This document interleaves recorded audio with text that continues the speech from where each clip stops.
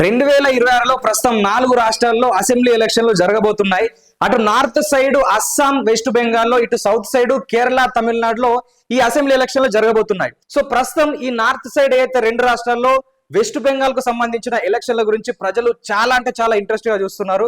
తర్వాత ఇటు south side వచ్చినట్టే తమిళనాడు, ఎందుకంటే ప్రస్తుతం తమిళనాడులో స్టాలిన్ గారి ప్రభుత్వం ఉంది, చాలా స్ట్రాంగ్ లీడర్ కాబట్టి సో ఆ తనను ఇప్పుడున్నటువంటి ఓట్ బ్యాంక్ ను చీల్చి అక్కడ గెలిచే విధంగా ప్రయత్నాలు అయితే జరుగుతున్నాయి.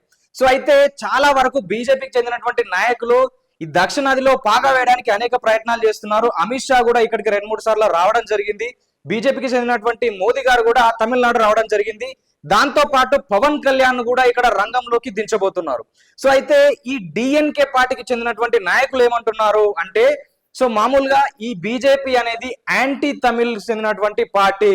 సో తమిళలకు ఇది వ్యతిరేకమైనటువంటి పార్టీ. ఎట్టి పరిస్థితుల్లో తమిళ ప్రజలు ఇక్కడ బీజేపీని అధికారంలోకి తీసుకురారు అని చెప్పేసి డిఎంకేకి చెందినటువంటి నాయకులు చెప్తున్నారు. సో బీజేపీ వాళ్ళు ఏం చెప్తున్నారు, ఏదైతే ఇంతకుముందు స్టాలిన్ కొడుకు ఏదైతే హిందువుల మీద అనేక వ్యాఖ్యలు చేయడం జరిగింది, అంటే హిందూ ధర్మం అనేది, సనాతన ధర్మం అనేది ఒక డెంగ్యూ లాంటిది అనే విధంగా కొన్ని వ్యాఖ్యలు చేయడం జరిగింది. సో ఇప్పుడు బీజేపీ వాళ్ళు ఏమంటున్నారు, డిఎన్కే ప్రభుత్వం, స్టాలిన్ ప్రభుత్వం యాంటీ హిందూ ప్రభుత్వం, సో దీన్ని ఎట్లనే వేసి కూల్చాలని చెప్పేసి బీజేపీ వాళ్ళు ఇక్కడికి వచ్చి ప్రచారం చేస్తున్నారు. సో ఇక్కడ ఏమైంది, anti Tamil versus anti Hindu అనే విధంగా వీళ్ళు ప్రచారాలు చేసుకుంటున్నారు. సో మరి ఇక్కడ తమిళనాడులో అంటే వెస్ట్ బెంగాల్ లాంటి రాష్ట్రాల్లో మత ప్రాతిపదికన హిందూ ముస్లిం అని చెప్పి ఓట్లు అడిగితే, తమిళనాడులో మాత్రం ముఖ్యంగా కులాలు చాలా ప్రాధాన్యత వహిస్తాయి అక్కడ. సో ఒక 4 కులాలు ఉంటాయి. సో వాటి ప్రభావం ఎంతైతే ఏ పార్టీ మీద ఉంటుందో ఆ పార్టీ గెలిచే విధంగా అక్కడ ప్రయత్నాలు జరుగుతాయి. సో మరి ఇక్కడ ఈ మధ్య కాలంలో ఏదైతే పార్టీ పెట్టిండో విజయ్, సో ఆ పార్టీ పైన కూడా అనేక అంచనాలు ఉన్నాయి. సో ఇప్పుడు డిఎన్కే ప్రభుత్వంతోని, డిఎన్కే పార్టీతోని పొత్తు పెట్టుకుని ఉన్నటువంటి పిఎంకే పార్టీ కూడా సో డిఎన్కే నుంచి బయటకు వచ్చి అన్నా డిఎంకే తోని పొట్టు పెట్టుకుంది. సో ఇప్పుడు ఈ టీవీకే ఏదైతుందో తమిళగా వెట్రి కలగం, సో ఈ పార్టీ ఇప్పుడు విజయ్ ఒక సినిమా రిలీజ్ చేయడం జరిగింది. జననాయకుడు అనే ఒక సినిమా రిలీజ్ చేసి ఇదే లాస్ట్ సినిమా అని చెప్పి ఈ సినిమా ద్వారా ఇప్పుడు వచ్చే ఎలక్షన్ లో చాలా ప్రభావితం చూపించబోతుండ అనేది చాలా మంది వాదన. కానీ ఆ సినిమాను బయటకు రాకుండా చేసే ప్రయత్నాలు జరుగుతున్నాయి. సో ఇప్పటి కూడా అంటే దాదాపు ఒక వారం రోజుల కింద ఆ సినిమా రిలీజ్ అయ్యేది, కానీ ఇప్పటికి కూడా తనకి కొన్ని రెస్ట్రిక్షన్స్ రావడం వల్ల సినిమా అయితే రిలీజ్ కాలేదు. ఆ సినిమా రిలీజ్ అయితే చాలా మంది ప్రజలు విజయ్ వైపే అడుగు వేస్తారు అని చాలా మంది అయితే వాదిస్తున్నారు.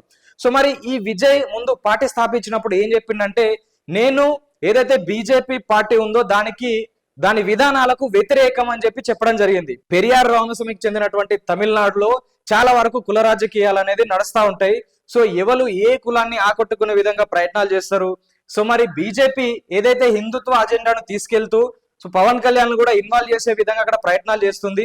సో ఇంకొక వాదన ఏంటంటే, ఈ విజయ్ కూడా టీవీకే పార్టీకి చెందినటువంటి విజయ్ వారిని కూడా డైరెక్ట్ ఆ డిఎంకే పార్టీకి వ్యతిరేకంగా మనం పనిచేద్దామని మెల్లగా మాట కలిపి విజయ్ని కూడా బీజేపీ వైపు తీసుకొచ్చే ప్రయత్నాలు జరుగుతున్నాయి అని చెప్పి ఒక వాదన నడుస్తుంది. సో ఏదైతే ఇప్పుడు ఆంధ్రప్రదేశ్ లో పొత్తు పెట్టుకొని సీఎం పదవి అటు చంద్రబాబు నాయుడుకి ఇచ్చి డిప్యూటీ సీఎం పవన్ కళ్యాణ్కి ఇచ్చినట్టు, ఒకవేళ బీజేపీ టీవీకే తోని పొత్తు పెట్టుకుంటే ఒకవేళ అధికారంలోకి వస్తే సీఎం వీళ్ళకి ఇచ్చినా, లేకపోతే విజయ్కి సీఎం ఇచ్చి ఉప ముఖ్యమంత్రి బీజేపీ తీసుకున్నా సో వాళ్ళకి పెద్ద ఫరక్ పడది. సో మొత్తం మీద బీజేపీ వాదన ఏంది, ఏదో విధంగా అక్కడ స్టాలిన్ ప్రభుత్వం దిగిపోయి సో బీజేపీకి సంబంధించినటువంటి కూటమి ప్రభుత్వం అక్కడ అధికారంలోకి రావాలి అని బీజేపీ పార్టీ అయితే ప్రయత్నాలు చేస్తుంది.